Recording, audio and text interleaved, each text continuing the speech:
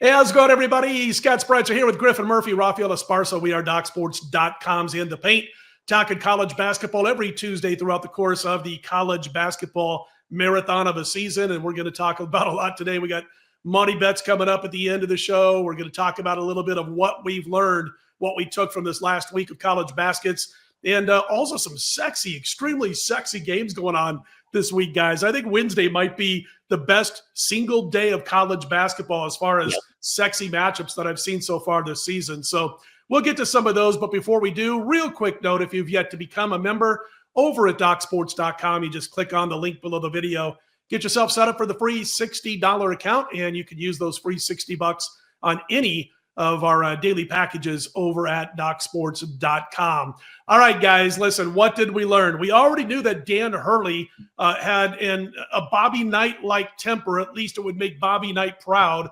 And then we saw him in Maui losing his cool. I thought the funniest thing I saw last week, whether it be sports, TV, anything, was when the crowd in Maui on the final UConn game started chanting, "Hurley's angry."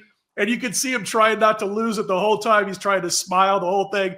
But what I really took from UConn's trip to Maui, and from a perspective of what we can use moving forward, is the fact that their pick and roll defense, guys, was not good. And you know about pick and roll, man. When the other team's got the basketball and they're doing their thing, and you got a pick and roll defense, which means, one defender on the ball handler, another defender on the screen, and they switch up, usually around the free throw line or top of the key. And UConn was a mess trying to do that, guys. And although the games were blowouts, the first two could have gone either way with a couple of breaks. The bottom line was it wasn't UConn basketball last week, guys.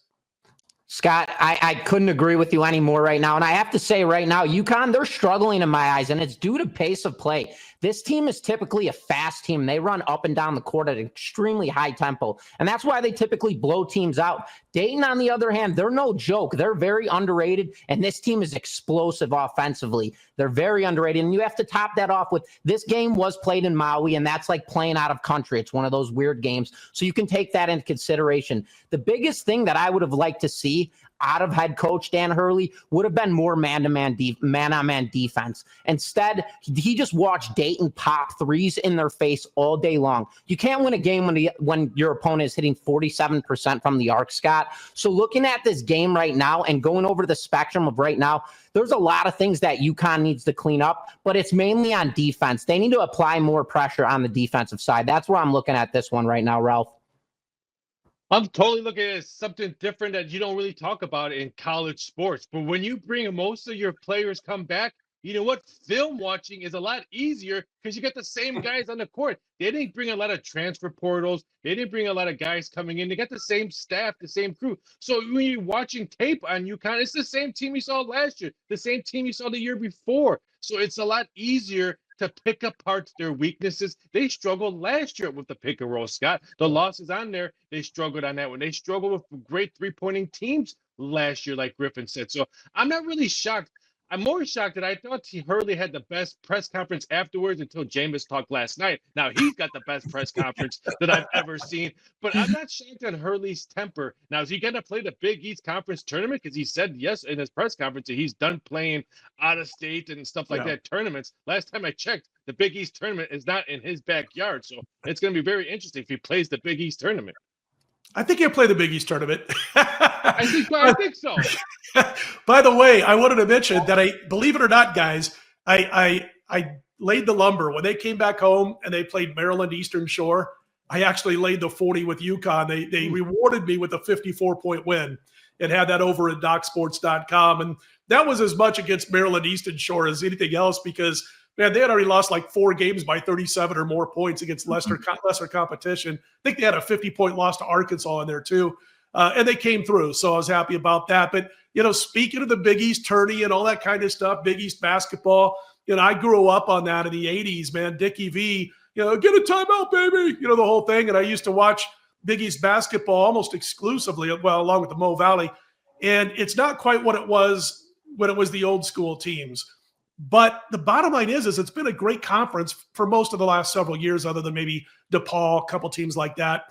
But this conference, their power ratings have fallen on all 8, well, I shouldn't say all 8, but 8 of 11 teams in the Big East have seen a drop You're talking UConn, 4th to 24th. Creighton, 10th to 51st. We gave you some heads up on Creighton a few weeks ago. St. John's, 15th to 21st, and so on. Marquette, DePaul, Butler, those three teams are the only ones that have shown improvement thus far in the Big East. I think that'll change. Now, maybe not DePaul, because DePaul's played absolutely nobody, and they'll probably get whacked on Wednesday against Texas Tech. But I think some of these teams, maybe not Creighton either, they're a one-man gang. Maybe Ashworth can be a two-man gang and help Calc, but Kalkbrenner is banged up. But anyway, a couple of teams might improve on those numbers. St. John's, obviously UConn will, but we've seen the Big East struggle, guys. Scott, I mean, I want to tip off on this DePaul play really quickly. I mean, you have to hands down cap off to Chris Holtmann taking over for this team. After a 10-23 season, regardless of how they turn out to the end of the season, this team's still 7-0 going in. Their offense is currently 13th in the nation when it comes to points per game, and they're third from the perimeter. The biggest thing with this team right now is their separation and size. They're cleaning up on boards right now, Ralph. They're disciplined, and you could see that they respect their head coach in Holtmann. And that is the most important thing right now that I'm seeing out of DePaul right now in this game right now, Ralph. I like the way they've been playing. I thought Mark McGuire was on the court when they were beating up on Valpo the other day. So I like this team. And I know Scott said they played no, but yes, they played a bunch of cupcake teams. Us two can probably beat them. Scott can't because his ankle's all jacked up. So maybe me and Griffin can probably beat them. But I think that they'll improve. And I'm almost tempted to look at this 14 on Wednesday against Texas Tech. I think it's a little bit too high. Texas Tech is not the same team we've seen in years past. They struggle on the boards. And what does DePaul have done lately? Second chance points. So I'm going to take a shot. I'm not saying I'm going to bet that right now. I haven't finished capping the game. I actually just finished my numbers about 10 minutes ago before Wednesday's numbers came out. So I made this around 12 and a half. So 14 spit it out. I have that game circled. It could be something I might look at. I'm not saying DePaul is going to win the game, but this is a different DePaul team we've seen in years past. It's going to be a midweek matchup, guys, because there are some sexy games this week, and one of them on Wednesday is in Chapel Hill. It's Alabama taking on North Carolina Tar Heels. Now, I saw about 3 p.m. Eastern today. They opened up about a 2-point favorite at a lower limit book. It's where it should be as far as the opener, I thought, for the most part. 2 points, maybe half a point adjustment here and there. But this is going to be a high-flying game. I mean, both teams are in the top 10 in offensive adjusted tempo. It's tough to pick apart either team. They both face top-notch opponents. North Carolina looking to break that 2-game skid. Griffin, your thoughts on this one? Yes, Scott, I would love to see, and I would expect UNC to run a 2-3 zone defense and make Bama beat them from the perimeter. We're beginning to see separation here with North Carolina. They've already dealt with 3 Power 5 schools. They lost all 3 games. The rest of their slate, they've blown everybody out. UNC suffered all 3 losses, and they've all been on the road, so this is going to be an offensive war zone. Bama does edge on size in this game. They do dominate on boards, and they're ice in the paint. So where this 2-3 zone D is going to be really battle tested against Bama. UNC is the smaller team. Their offense is explosive. They're not going to get away with playing man-to-man against this team. They have to crash the paint and make Bama beat them from the outside. UNC, though, they're coming off back-to-back losses, so this is a must-win game for them. They're going to come into this one pissed off. We've got 2 teams that are powerhouses when it comes to offensive points per game. They both bang from the arc, but both teams slacking right now on the defensive side. I'm going to give the benefit in this game, Ralph, to Alabama just because of size alone, and they have more depth, I would say, on that roster. Yeah, whoever controls the boards wins this game. And this one's already 1.5, and I can guarantee you this will probably be a 1 tomorrow when all 3 of us, or maybe all 2 of us wake up. Scott will be still sleeping. It'll probably be -1 on that one. So it wouldn't be shocked if we see a great 2-way action. High-scoring game, yes, but wow. How high is this total going to be? It opened up at 178. Now it's down to 176.5. Are the bettors going to continue betting this low? We saw a couple of games move 5 to 6 points today alone on totals. Is that going to happen on this game? Because there's something you might want to look at the total-wise. Because I think Bama will probably control the pace on the road, not North Carolina. I think Bama's going to control the pace. And if that's the case, we might see 104 to 100 type of game if Bama controls the tempo. So I'm looking for pace, but I'm also looking who's going to win the boards, who's going to out-rebound, because second chance points is going to be the reason why someone wins this game on a close one. I'm just thinking of the Hardway 8 for some reason when you mentioned the 104 to 100, Raphael, the old UNLV running Rebels. Oh, yeah. 108 points per game before the 3-point line. came into play in college basketball. Man, those were fun teams before I got out here. But listen, what time do you get up, by the way, Raphael? Now that you brought it up.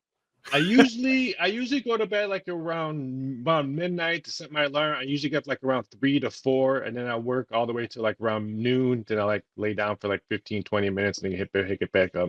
I'm going to call you one of these nights. I start working about 10 p.m. Pacific the night before, get done about 3 o'clock in the morning Pacific time, go to bed about 4:30. But you should be up and at it by then. You know, what's funny is, you know, when you've been in this business for a while, and Griffin, you've reached this point, I'm sure too. You are really ahead of the line moves 85% of the time. You know, you're on the side that's going to get the action if you've been doing this for a long time. Doesn't mean you win 85% of the time, and it shows you what closing line value. Doesn't mean squat half the time as much as it used to.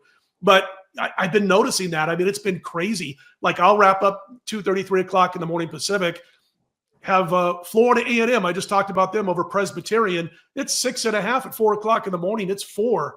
You know, they're a 4-point dog by 8 o'clock in the morning. So, I mean, we are actually seeing people really jumping out and betting all hours of the day now. It's so different than what it used to be when you were behind the counter here in Las Vegas.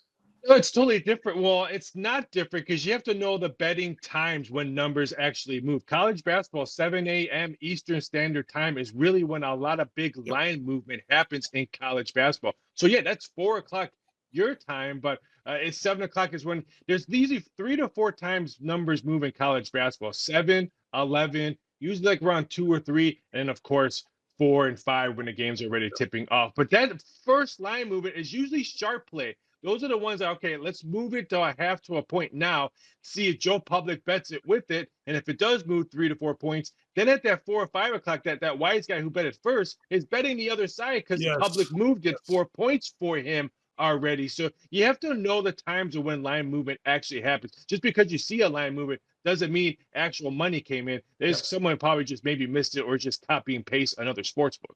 Well, a lot of times it's the person making the bet as much as it is anything else. I mean, there was I'm gonna just leave it at, there was a prominent sports bettor. It's still around, and you'll recognize that, you know, who I'm talking about. But I can remember in my early sports betting years, and we had an office, and we used to get phone calls. Hey, is BW on Arkansas? You know what I'm talking about. And he would put 250K, let's say, on Arkansas, move it 2.5 points, and then come back and put 450 on the team he really wanted to bet. Manipulation of lines. And we don't quite see that as much. I think it still goes on a little bit, though.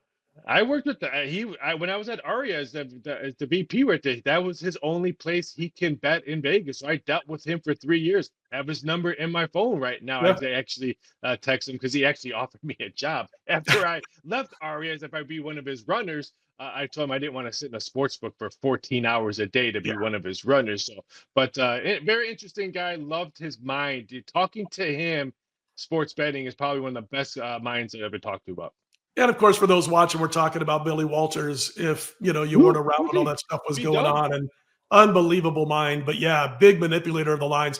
Let's stay behind the counter, guys. You know, I've hosted a million shows over the years, and my favorites when it came to sports betting shows were the shows that we had somebody who was an odds maker or a sportsbook director on the show each week. From Matt Holt back in his days with CG, Jimmy Vaccaro, all those guys. It's just a blast.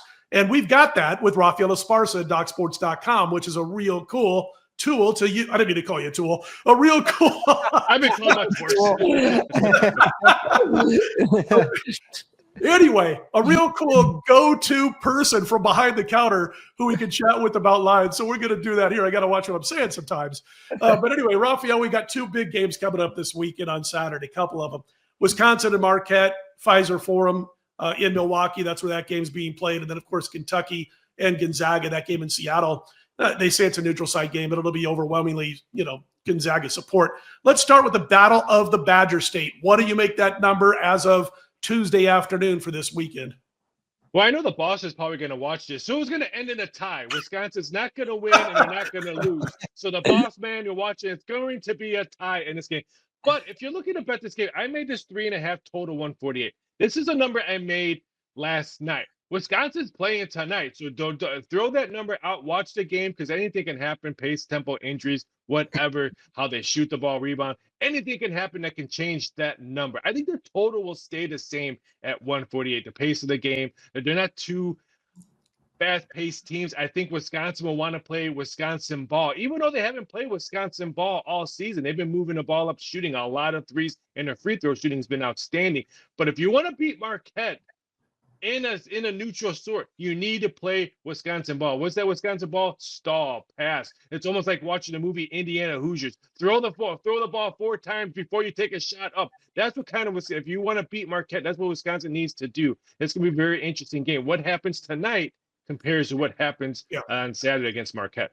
And, that's one of those things. I mean, it's one of those things, Griffin, where Wisconsin's win over Arizona isn't as pretty as it looked when it happened. Arizona's lost 4 games. They're struggling a little bit. And the Badgers have Michigan Tuesday night. We're cutting this Tuesday afternoon, folks. So Marquette crushed Purdue. They've got Iowa State on Wednesday. But your take on this one, and I got to admit, I wouldn't mind a Wisconsin win on Tuesday night and a Marquette loss on Wednesday, which would set up a potential play for me on Marquette this weekend. I mean, Scott, the real question that comes to my eyes is how is Wisconsin going to come into Milwaukee and beat Marquette? All season long, all Marquette's done is progress as a team. Their defense has been absolutely stout. They're ranked 22nd in the league. Cam Jones, this guy is absolutely dynamic. He's coming off a triple-double in his last performance, averaging 20 points per game, 5 boards, and 6 assists. Wisconsin's biggest issue is on the defensive side of the ball. So their game plan, it's going to be stopping Jones. Marquette has 4 guys on this team right now that are currently averaging 15 points per game, Scott. So this is going to be a physical matchup in my eyes. Wisconsin's going to have no choice other than running a junk defense. It's going to be a 2-1-2 zone in my eyes defense. That's going to be the best route for this Wisconsin team in my eyes.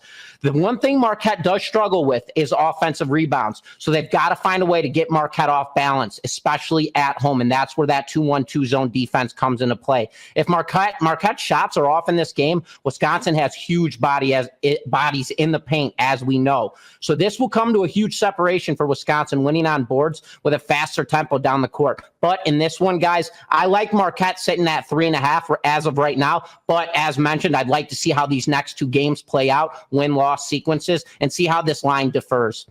I mentioned. Go ahead, Raphael. I'm sorry to cut you off, Scott. I would definitely keep an eye out on this game because if you're playing Marquette, and this is all for the whole season, watch the Central Michigan game when Central Michigan out rebounded 47-22 in that game. Central Michigan is not a powerhouse team. Yeah. They're probably going to be smacked in the middle in their conference play, but they dominated the boards, and Marquette was totally lost on there. So I would definitely keep at it. Wisconsin can out-rebound Marquette. Oh, there's no doubt. There's, they can hit the glass and potentially keep them off it. And I'm hoping for that setup I mentioned if I'm going to have any thoughts of jumping it on this game. Listen, you got Kentucky and Gonzaga doing battle in Seattle. And I will say this, Gonzaga had that lone loss. It came against West Virginia, came in overtime. The Zags led the Mountaineers by 10 points in the second half of that game, and then they blew cold. And it happens to good teams sometimes. But what do you make this number, Raphael? Kentucky, Gonzaga, kind of a neutral site, but not really. Yeah, they just shot poorly, especially in the second half. They couldn't hit nothing. I thought maybe the doors were open and the wind was just coming in the way they shot the ball. I made it a -1. It would not shock me if I was still behind the counters making numbers on this game. I would make it a pick because everyone's gonna bet both sides. You can get great 2 action. Anytime you put it 1 or 1.5, then you start thinking, okay, Kentucky action, Big Blue Nation, probably one of the biggest college betting teams. It's almost like the Packers and the Patriots back in the days when we're always going to get action no matter who they're playing. That's what Big Blue Nation would probably do in this one. I'm more interested in the total, 156, probably 158. If Gonzaga could shoot much better than they did against West Virginia, I think both teams can probably push the tempo. Will not be shocked if both of them hit around the 80 mark and this one flies over. But I think right now Gonzaga's got to be the favorite because this is the time that Gonzaga beats those names like, wow, I can't believe they just beat Kentucky, just like they did last year when they were beating teams early in their season. Griffin, Raphael's making a number for bettors. Sure. And have at it. And, it's funny when I used to do stuff with Jimmy Vaccaro, I used to say, I'm just going to hang this number and let the bettors have at it, and then I'll move it accordingly. And he used to laugh at people who say we're getting beat up behind the book. He goes, I just move my numbers, So it's kind of funny, hear a vet like that talk. But as far as I'm concerned, I actually power rate Gonzaga 3.5 points better than Kentucky on a so-called neutral floor. Your thoughts on this one? Yeah, Scott, right now for me, there's one thing that I do not go against, and that's the trend is your friend. When you're playing a team that's 7-0 unbeaten, you typically don't want to go against them. Zaga's already dealt with a loss against West Virginia. So the question in my eyes is, how's Mark Few going to go about this game? Ortega has to be stopped offensively, and Zaga's defense has to be extremely physical in the paint with Williams. 2-3 zone defense is going to be the route in this game. And I wouldn't be surprised if we see some half-court press defense early in this game. We have an elite offense versus an elite offense, and then we have elite defense against elite defense. You're not going to sneak any sneaky wins against this Kentucky team. You have to beat them straight up, and you got to beat them, be better. That means Nemard has to be extremely physical in the paint with Williams. Ike and Battle have to win their one-on-ones. Huff and Greg must be two key players in this breakout game. This game is going to come down to physicality in my eyes, gentlemen. Kentucky, they're the better team in my eyes with this matchup. You got a perfect record coming into this game, and I'm riding the wave here with the pick'em matchup. If this game does come out pick'em, I'm on Kentucky in this game. If it doesn't come out pick'em, I will be fading this game, and I will be a fan watching this one, Scott. I'm still pissed off at Nemhard for leaving Creighton after, Well, it's going to be interesting what if they, like you said, 3.5. If they posted a 3.5, that's not a line. Yeah, that's not a line. I'm just saying, yeah. But they would get clobbered on the other side. And the only thing that scares me about Kentucky really hasn't played anyone. And this is a totally different Kentucky team now that Calipari recruited speed. They don't have that much speed on it, so Gonzaga is not going to be afraid to get burned on Kentucky back in the days when you just too much speed on the court. So it's going to be very interesting. I'm probably passing on this game unless the total is all whacked up because I want to be there's some games I just want to sit there and watch it, not root for a play, and this is one of those games. Well, it's, and I want to make that clear. That's a power rating, not a point spread. Oh, I know. I did. I didn't mean to put you out there, but I was just going to text you, hey, how much will you take down 3.5? No, absolutely a power rating. You'd be canned first day if you made a line that was 3.5 points off. Unless you were ticked off at the book you worked for, then I've made that mistake plenty of times. So trust me, a lot of people. It's not fun. It's not fun. Anyway, let's get to game of the week, guys. As if we haven't had enough already. We got a pretty one, man, here. Auburn and Duke, sexy game at Cameron Indoor. And Griffin, Duke opened 2.5, 146, the Wednesday night game on Tuesday afternoon. I can't wait to watch this. I'm pretty sure this is going to be what Raphael just said, one of those games where I just want to watch, I want to enjoy, I want to take some notes on these two teams. We've got the number 7 and the number 1 teams in defensive adjusted efficiency, Duke being number 1 right now. Your take on this game? Yeah, Scott, there's one thing I'm going to open up with Auburn. They're perhaps one of the best teams in the nation right now, and they are playing like it. But you have to remember Duke, 4-0 in Durham, North Carolina this season. Last season, 16-0 at home. Perfect. They have the craziest and loudest fans in the nation, hands down. Auburn has literally blown out everybody they've played this far. So I'm very curious how Bruce Pearl is going to approach this game. The last thing that you want to do early on when you're playing Duke is get behind when Duke is at home. Auburn, they need to load up deep on press defense early in this game against this Blue Devils team and get ahead. Remember, the louder they get when they're winning, the more quiet they get when they're losing. Duke, they have an extremely potent defense, but they're lacking offensively right now. I suspect Pearl and his boys are going to play man D early in this game and try to beat Duke's offense straight up. Auburn is more than capable, in my eyes, of coming back from behind if man-to-man doesn't work. So defense, second half, I would expect half-court press defense all game long coming in that second half. Auburn, they're the better team here. Johnny Broome is absolutely electric, and this kid is going to be very tough to stop, Scott. This kid's averaging 32 points per game right now. If Duke can force him to swing it out, we still got to look out for Johnson and Jones. Auburn has 4 starters that are pure elite offensively. This game's going to be in the hands of Duke's defense and the crowd behind them. I'm with Auburn here, though, gentlemen. I'm riding the wave here with that undefeated record. One thing that I was a little bit shocked at, I was hoping to get a better number because I agree. I think Auburn's the better team. I'm not really 100% sold on Duke yet. Too much youth in there. They're not gelling yet. Everyone just wants to see who's going to tank for flag, who's going to tank for flag. But that team is not gelling yet. There's a whole bunch of youth in there. Auburn is just too speed. I love the way they play defense. There was only one team that scored 80 points on them this year. I'm a little bit shocked that the total came up 146. I made it 143, 144. I thought 146 was a tad too high.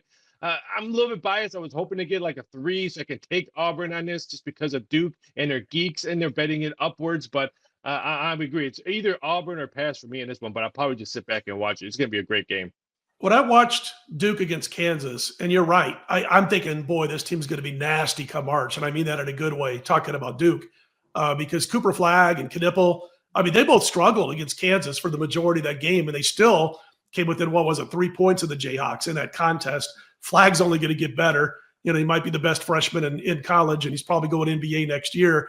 But right now, it's tough to back a young team like that until they get a little bit more tested when you're going up against, power rated wise, the number one team in college basketball, the Auburn Tigers. They've already beat Houston, Iowa State, North Carolina, Memphis. The only flaw that I could find with Auburn, and guys, I had to use a microscope and split hairs, is maybe their 3-point defense. That's about it with Auburn. And I'm really splitting hairs and digging deep to find that. Anyway, that is the game of the week, which will be taking place on Wednesday night. I'll be watching and taking notes on that one. Might get involved in game. We'll see.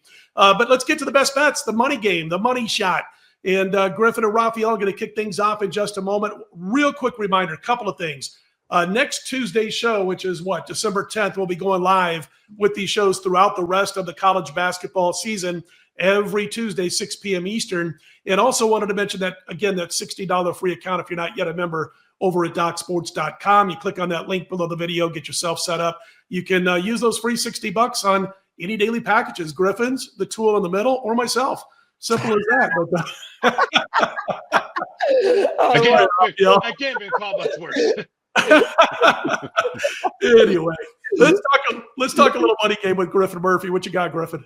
Yeah, so Scott, I'm going sneaky route in this one, man. I'm going St. Louis at San Francisco. San Francisco, man, they have been a sneaky, dynamic club for a very long time. Last season in particular, despite right now being 6-2 on the year, they haven't played anybody good. They dropped losses to both Clemson and Memphis, both at neutral sites. This is going to be a chalky spread, and I would expect close to double digits in this matchup. St. Louis, they haven't even played on the road yet, all neutral sites. They're 5-2 on the season, and they've managed to keep literally every single game thus far very tight. They're also coming into this matchup on a 3-game win streak. I'm going to get into some against the spread trends here. San Francisco, 0-4 against the spread this season when playing with 4+ days off.